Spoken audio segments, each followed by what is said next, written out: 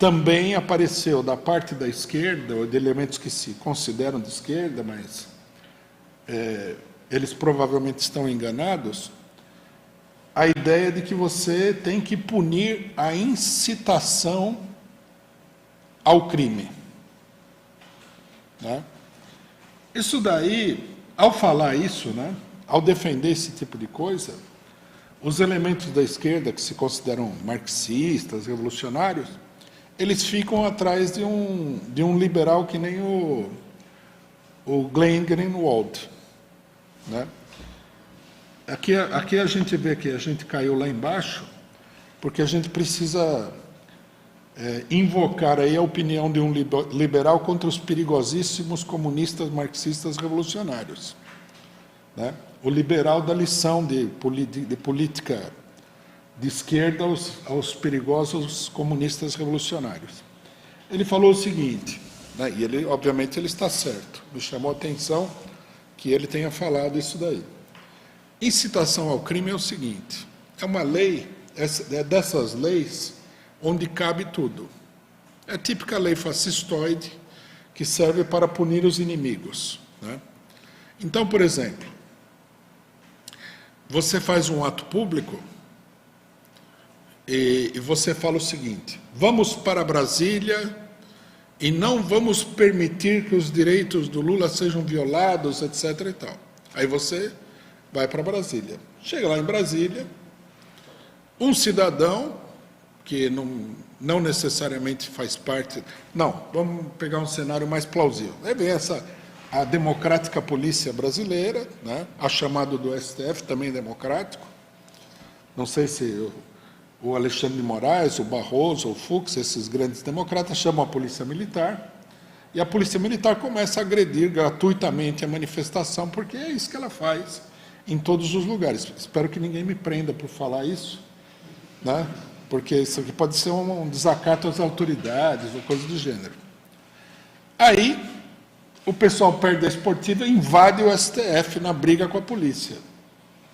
E o cidadão, eu, por exemplo, que estou aqui, né, chamando o pessoal para ir para Brasília, nós vamos chamar o pessoal para ir para Brasília no dia 17, sou enquadrado na lei de segurança nacional ou qualquer outra lei absurda dessas, por incitação ao crime. Porque quem que chamou a manifestação? Quer dizer, qualquer coisa que você diga, uma greve, uma manifestação, pode ser incitação ao crime. Principalmente no caso desse deputado aqui, que ele não chegou e falou, vamos lá fazer isso. Aí seria, né, uma incitação, que não é crime incitar ninguém. Né? O crime justamente consiste em fazer. Se você incitar, mas não fizer, né, mais ou menos é como sexo. Né? Se você ficar excitado, mas não houver penetração, não é sexo. Tem que haver contato físico. Né? A lei é mais ou menos assim. Está certo que ela vem sendo deformada para considerar, inclusive, a própria intenção. Nos Estados Unidos já existem vários crimes que são crimes de intenção de cometer um crime. Logo nós vamos estar na situação em que o cidadão em casa, sozinho, vai pensar alguma coisa, alguém vai inventar uma maquininha que capta o pensamento dele, e ele vai ser preso por pensar em cometer um crime. Né? A incitação é isso daí. É uma legislação profundamente antidemocrática. Se você chamar falar qualquer coisa, e isso daí pudesse ser relacionado com qualquer ato, digamos assim, de violência, ou não, né? Não necessariamente precisa haver o ato, você pode ser enquadrado no crime de incitação. Por exemplo, quando o Lula estava indo pela primeira vez para Curitiba, para depor, havia o receio de muita gente que ele fosse ser preso. Então, nós PCO, tomamos a iniciativa de falar, todos a Curitiba, nós inclusive usamos várias expressões da seguinte forma, vamos criar uma guarda para proteger o Lula de milhares de pessoas e não vamos permitir que ele seja preso. Né? Aí levantou a palavra de ordem, não vai prender, todos a Curitiba, etc. e tal.